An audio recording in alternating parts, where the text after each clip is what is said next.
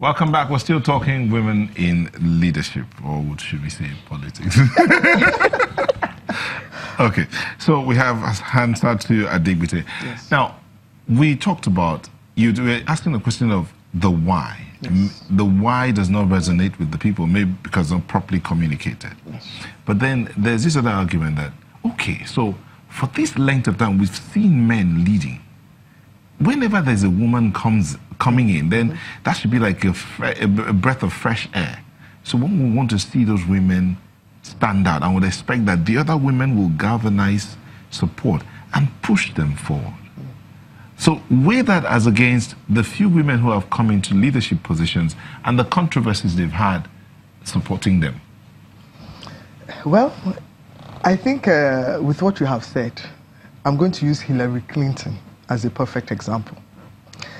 This is a woman that has been in the sphere of leadership in terms of the politics of USA, and she has built a reputation over the years, you know, in one way or the other. But we can all see what happened to her even in a country like America as it pertains to running for the top office. So if that can happen in America after how many years of democratic rule, then we can only say that in Nigeria we have taken a first step. When you have a situation that has been a norm for so long, and we all understand that in Africa, in the African context, religion, tradition, culture, and so many other things play a role in the perception of women in leadership positions. When we have that kind of deep entrenched values and limitations, you will know and agree with me that it takes more than just a declaration of running to get all the women or as many women behind you as possible. Because we're dealing with systems, and everything in life is a process. So if a woman has stepped out, she has done something that no other woman has done. She may not have gotten the support she got then, but I can assure you that that one vote may increase to more than that if she, I understand she's running again in 2019. Now, whether it is significant or not, it means that a process has started. And I think we also have to understand that everything, even change in itself, is a process. So I would say that it's not that women are not supporting. We are also entrenched in this cultural and systematic way of leadership. So everybody is growing out of it. Like there are so many norms that are changing now, especially with the next generation. But I would say that, again, because women, most women I know, if you want to see women do something for you significantly and drastically, they need an understanding.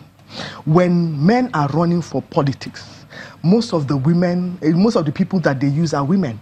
Most of the population that votes for them are women. True. And so it means they are communicating something to the women that makes them believe enough that this man will represent my cause. And I am saying that these same women have to go back to these same women that push for votes for these men and communicate effectively.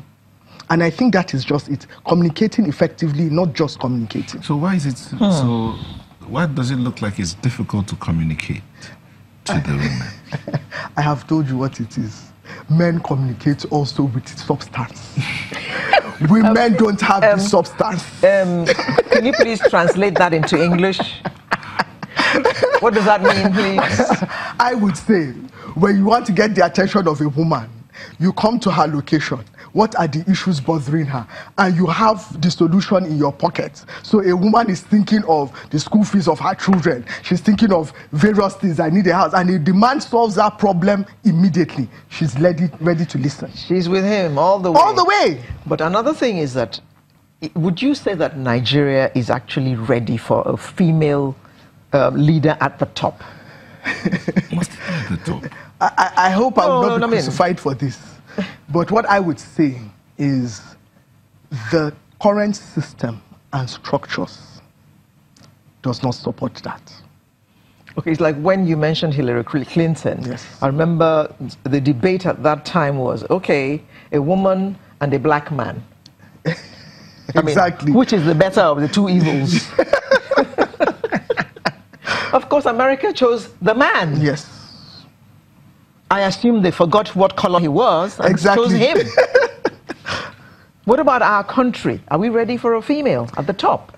It's a huge process. There are just so many things that are ingrained in the African context that need to be addressed. And I say this with all sense of responsibility and seriousness, because I will use our organization as an example, WIMBIS. I know that the board of WIMBIS, who are the founders of the organization, have pushed for so many years to increase the representation of women in leadership positions on boards, so in the business world, and that is even in areas that they have proved themselves. And one of the things that they faced when they were advocating for the representation of more women on boards were the CEOs asking, where are the women? Now, what they meant is, where are the qualified women to serve on boards? Yes. And they took that as a challenge and said, now they're more qualified women than you can... Yes. Yeah. And so they took it on board that, look, these women exist. But how come they don't know or identify that these women exist? So what can we do about it to project these women more? And so they set up about 4 strategies, key pillars to operate on. One, they set up a database. They began to search for women all over Nigeria, all localities, all sectors that either qualify to serve on boards, are experienced enough, or have been trained to serve on boards. So there's a database for that. They went into partnership with an institute in Spain to develop women or train women in leadership positions on boards, and also the Lagos Business School. Then the advocacy, they put up a proper advocacy structure for the same thing, and even went as far as the Nigerian Stock Exchange, and are still meeting with various CEOs, and then they put in the mentoring element. You, the men that have even made it well in that space, come and teach us how to do it. Now, while this has been a long-term process, I will tell you that it has yielded some fruit. And how? It took bringing a Sanusi Lamido Sanusi to an annual conference as a speaker, for him to be in a room full of women that have made it in all areas. And then he was the CBN governor, Central Bank of Nigeria. And when he went back to the Central Bank of Nigeria, he put it as a policy and into law that every bank in Nigeria must have a 30% representation of women to serve on boards. And that came into law.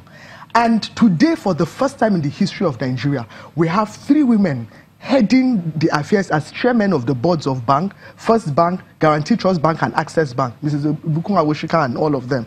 And that shows you that it is possible. It's just that it takes time. If we could do it in that space of the business world, it is possible to do it in politics. But bear in mind that this is just one sector out of all the sectors in Nigeria, and still represents less than 3% of that leadership. But hang on. If the women, for instance, who were ministers, who were commissioners, if they proved themselves beyond reasonable doubt, wouldn't that help the cause of the women? Say, okay, this woman was a minister. While she was minister, 1 happened, 2 happened, 3, and you list all her achievements. Yeah. And under that list, there is none that says she stole. Or she misbehaved. Wouldn't that help our cause? It would help our cause. Men have been stealing for how many years? Getting away with it. And getting away with it. But that is not an excuse. Yes. Well, the question is, do 2 wrongs make a right? No, it does not. What I would say, and again, I say I'm being cautious in this regard, is that, you see, when a woman does something, just like I said, she gets knocked down with a 600% stronger hammer than when a man does a thing. Unfortunately, in the world of politics, by virtue of appointment, it comes as a favor to various things that you have done to just support the political process.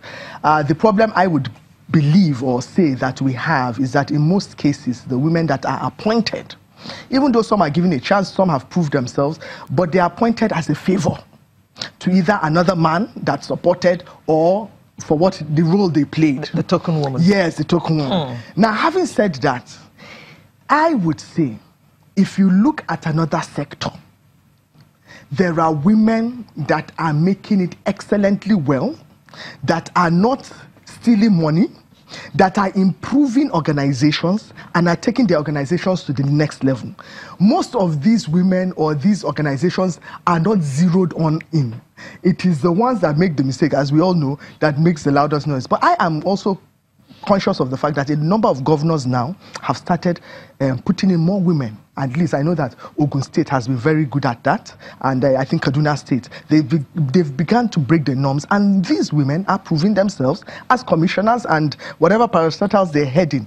So I think we shouldn't focus too much on the ones that have made mistakes on a national level.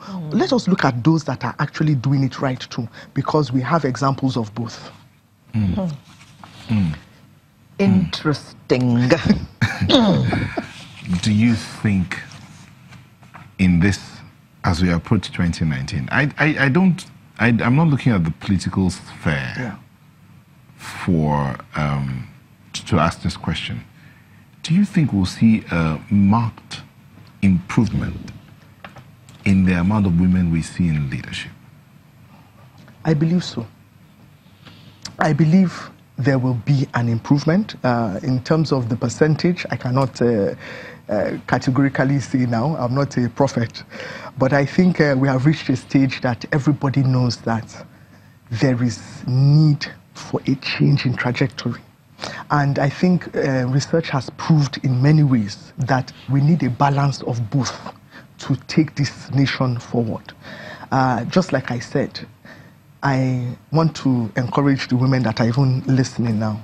It's enough. It's not really about just vying for just being at the top. Let us come in and understand the process to start with. To even start with. Let us educate ourselves more. Let us not join the politics of giving bag of rice, and because even the women running are looking for money up and down the place just to do what the men are doing, replicating the same mistakes. Let us get to a point of making people understand that, look, this time around, I'm not talking about 2019 now, I'm even saying that this is a long-term thing. But this time around, it's not about business as usual. If we want to make a change, we need to sacrifice that bag of rice because it won't last you more than a month. And INEC has said that giving, paying for votes is a crime, and they will prosecute in 2019. Until it happens. So those who are carrying bags of rice and carrying money to go and give out at polling stations. I don't know whether INEC will be able to have eyes in every locality, even as what is happening now. How will we know what is happening within the context of now for that? It's good that it's in law, but I guess implementation is another thing. Mr. Adegbite, in the home setting, yes. When anytime the mother steps in, things change. Very true. So a lot of people, and indeed a lot of Nigerians, get disappointed when they see a woman whom they look for to see a different thing step forward, and it doesn't change, or she's towing the same line. I mean, there are a lot of them in the National Assembly, state assemblies. A few of them are there as well. So as we wind down, what word would you have for these people in leadership, public leadership, and those that are aspiring to step in there? I know that in Nigeria, most of these women are outnumbered.